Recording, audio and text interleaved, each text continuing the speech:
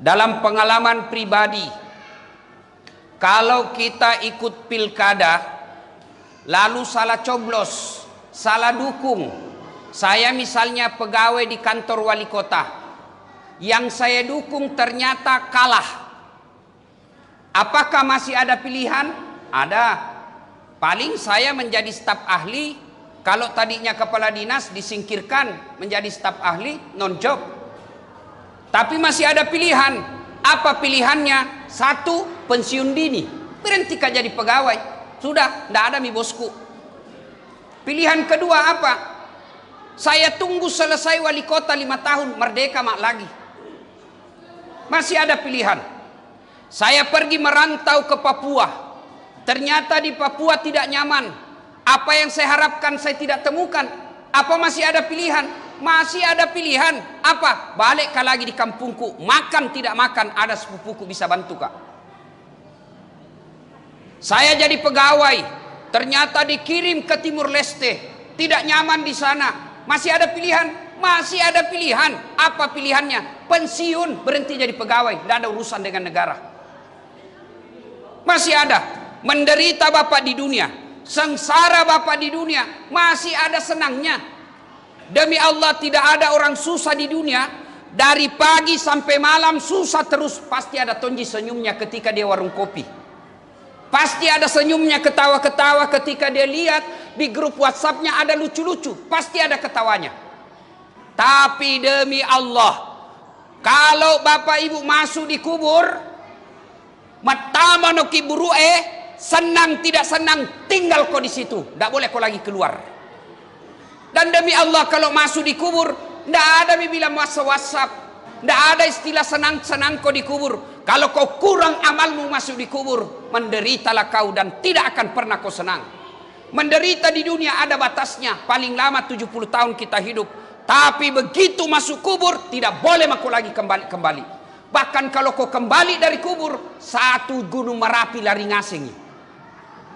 Ada orang mati pak, tiba-tiba dia keluar dari kuburnya. Tidak ada orang mau tinggal di jalan itu pak, langsung lari semua orang.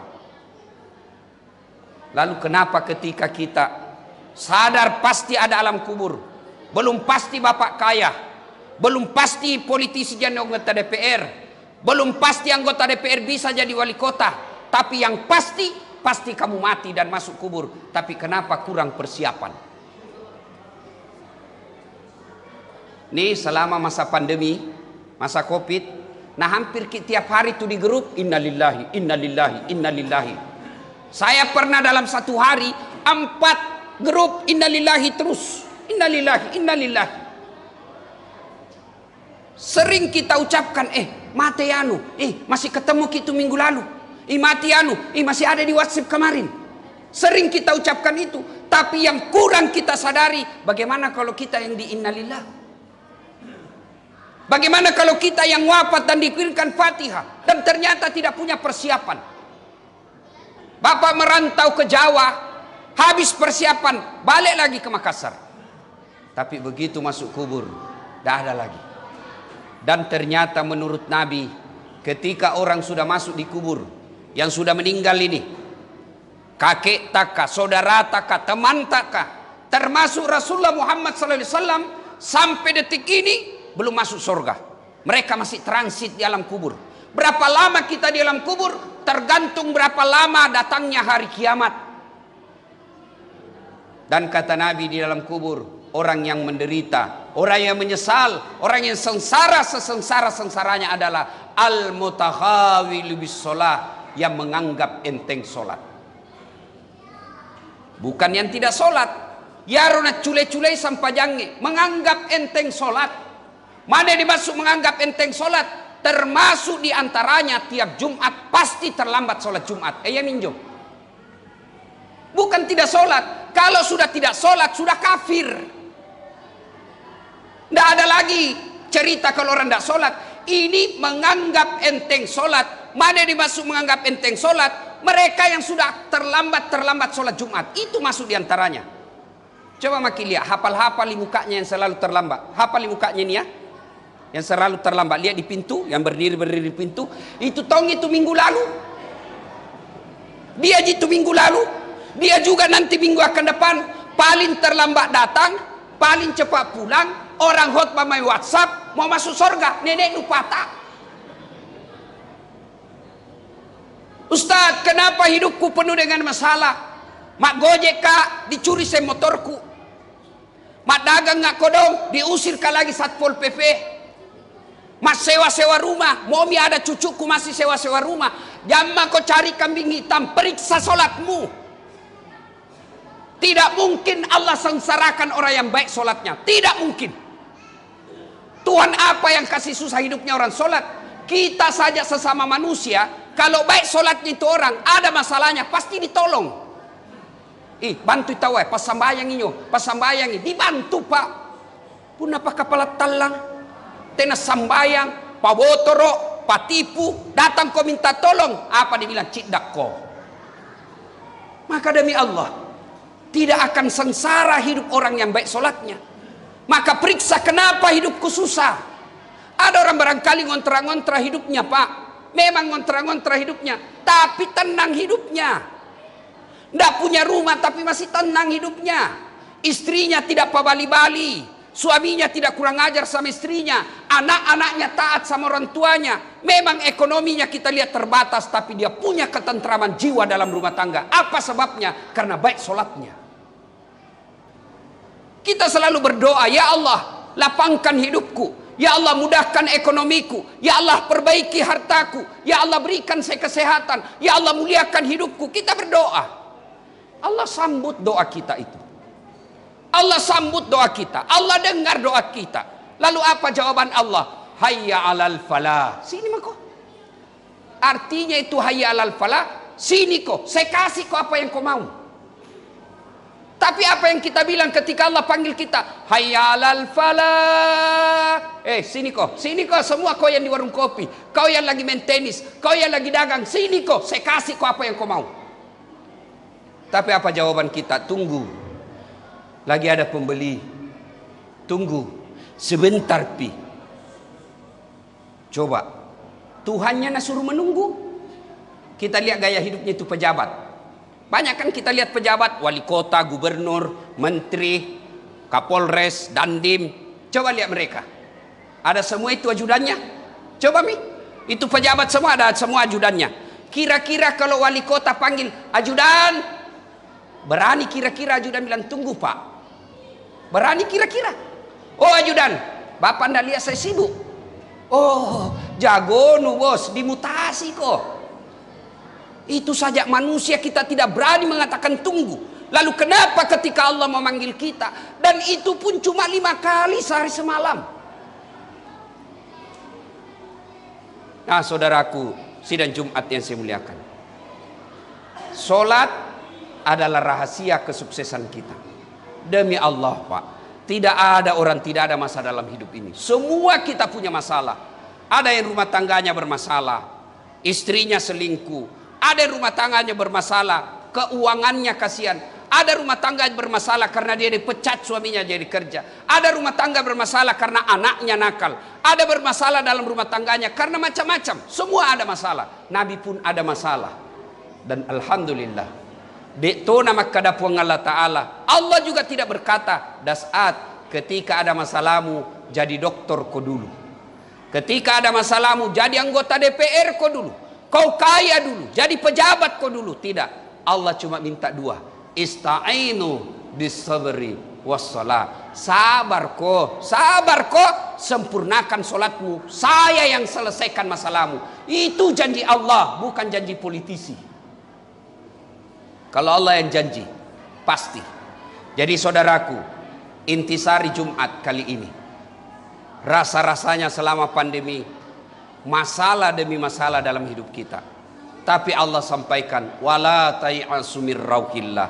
Ajakmu peturenu.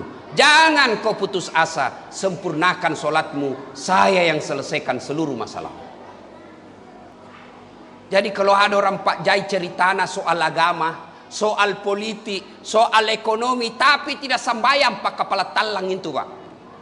Tuhannya saja dia tipu. Bapak mau cari mantu, ada anak gadis tak baik-baik, kasihan. Ada yang lamar ki, meskipun dia naik mobil, pangkatnya bagus, anak orang kaya, tapi tidak sholat, jangan kau percaya, sengsara itu anakmu nanti. Tuhannya saja berani dia tipu. Penting ini sholat, Pak. Demi Allah sangat penting. Bapak tidak puasa tetap Islam. Bapak tidak haji tetap Islam. Tidak bayar zakat tetap Islam. Tapi ketika tidak sholat, Nabi jelaskan batas antara kekafiran dan keislamanmu adalah sholat. Ketika kau tidak sholat, kafir kau di hadapan Allah. Jelas kata Nabi. Dan diperkuat lagi dalam Al-Quran, buka surah Al-Fat 29. Muhammad dan Rasulullah walladzina ma'ahu asyiddaw alal kuffar ruhama'u bainahum tarahum ruk'an sujada. Tanda-tandana umat selengeh, tanda-tanda umat Islam, kalau dia mengaku Islam, ruk'an sujada, kamu lihat mereka rukuk dan sujud. Salat. Bapak tidak puasa 5 tahun berturut-turut, tobat ki, bayar utang tak yang 5 tahun itu, selesai urusan. Bapak tidak haji padahal sudah mampu, taubat hari ini, segera menunaikan haji, selesai haji, tidak ada masalah. Tapi kalau tidak sembahyang subuh kita tadi, bagaimana caranya dibayar? Dia bilang besok Ustaz sembahyang subuh, besok untuk besok. Dia bilang 2 kali sembahyang Ustaz, lebih salah lagi. Maka intisari dan sangat pesan penting Jumat kali ini, mari evaluasi kali solat kita. Karena solat inilah tanda keislaman kita. Tidak usah banyak cerita dulu soal ibadah yang lain. Kalau solat kita tidak akan beres. Di alam kubur, yang pertama kali nanti diperiksa solat. Yang pertama kali nanti ditanya soal solat. Bahkan Nabi ketika sakaratil maut, melok direduk nyawanya, sudah dicabut nyawanya Nabi, sampai ujung lidah terakhir di bibirnya sudah sakaratil maut. Nabi pesankan, jaga solatmu, jaga solatmu, jaga solat kalian.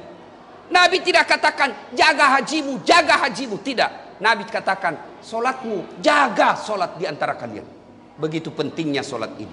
Makanya ketika mau pi solat Jumat Pak, itu setan berusaha goda ki. Nanti pi sebentar pi. Kita lihat nanti Pak. Selesai solat Jumat ini masih ada kayak langsung lompat. Tinggal saya maki dulu 3 menit, 5 menit berdoa, ya Allah perbaiki hatiku, Rabbana la tusik qulubana ba'da is hadaitana wa hab lana min ladunka rahmah. Ya Allah jangan kau palingkan hati hamba setelah engkau berikan hidayah, perbaiki iman saya. Ya Allah mudah-mudahan Jumat depan saya bisa datang lebih awal. Tapi kalau tadi terlambat, sudah makin disampaikan dan disinggung, tapi kita bilang kucini tompina kucini ki eja pina doa langsung lompat lagi nanti.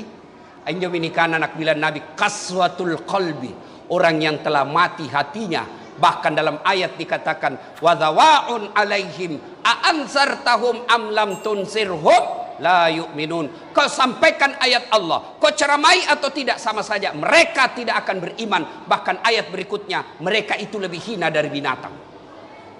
Kita lihat nanti. Kalau masih malu-malu ki pulan nanti Pak, alhamdulillah masih ada iman tak. Tapi kalau langsung lompat nak aku cini tompi nak cini ke Ustaz, hati-hati ki bos, mati mi hati tak.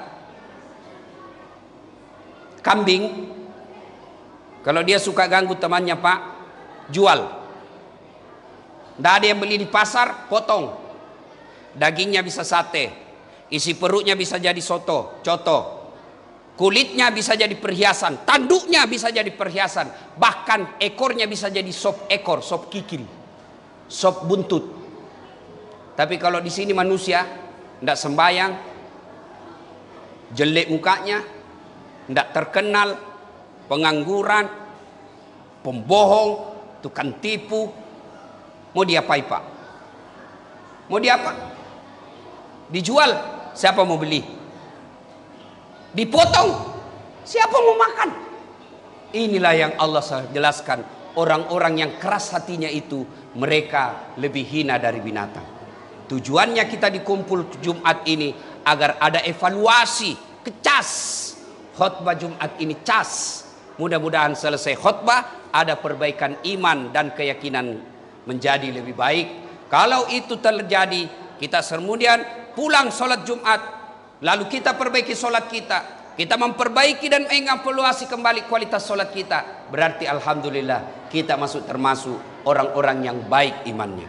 Semoga ada manfaat. Lebih dan kurangnya mohon dimaafkan. Barakallahu li wa lakum wa izza'izil mu'minin. Innahu huwal ghafur.